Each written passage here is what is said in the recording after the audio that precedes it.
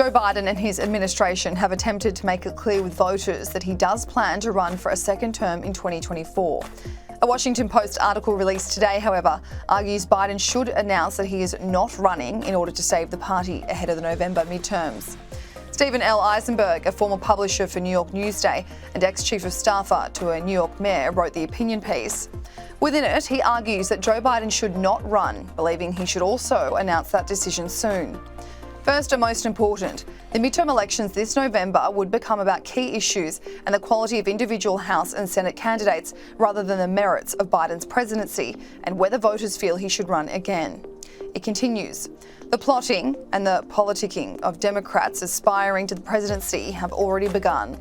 Unless Biden announces that he is not running for re-election, this quiet campaign against him will intensify, whether it comes from people who intend to challenge Biden in the primaries in 2024 or just to flex their muscles to discourage him from running again. This is fueled by his low standing in the polls on job performance and on desirability as the party's 2024 nominee. It's no secret Joe Biden's age has plagued the Democrat Party since he took office, as critics continue to highlight it as one of the biggest challenges facing his popularity. The reality is Joe Biden will be 82 years old when the 2024 election rolls around.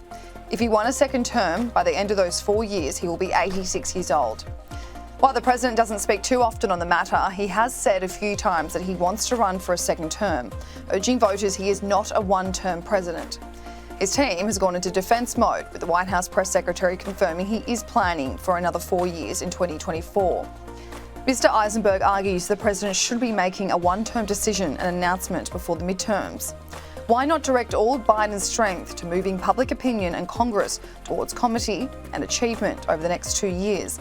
Biden stands a better chance of a favourable congressional result for the Democrats' November's election and of being able to pass legislation during the rest of his term if the focus is on the House and Senate candidates and their positions on the issues. His age and his presidency would be greatly reduced as an issue this fall. It continues. He would avoid questions about who his running mate might be or who should be in his next cabinet. He would not have to resist appraising challenges from his own party or the GOP. Perhaps he had all this inherently in mind when he called himself a transitional president. If so, he should not wait to share his decision with the rest of us. Biden's power and dignity can be strengthened by framing the next 2 years with clarity and without electoral distractions.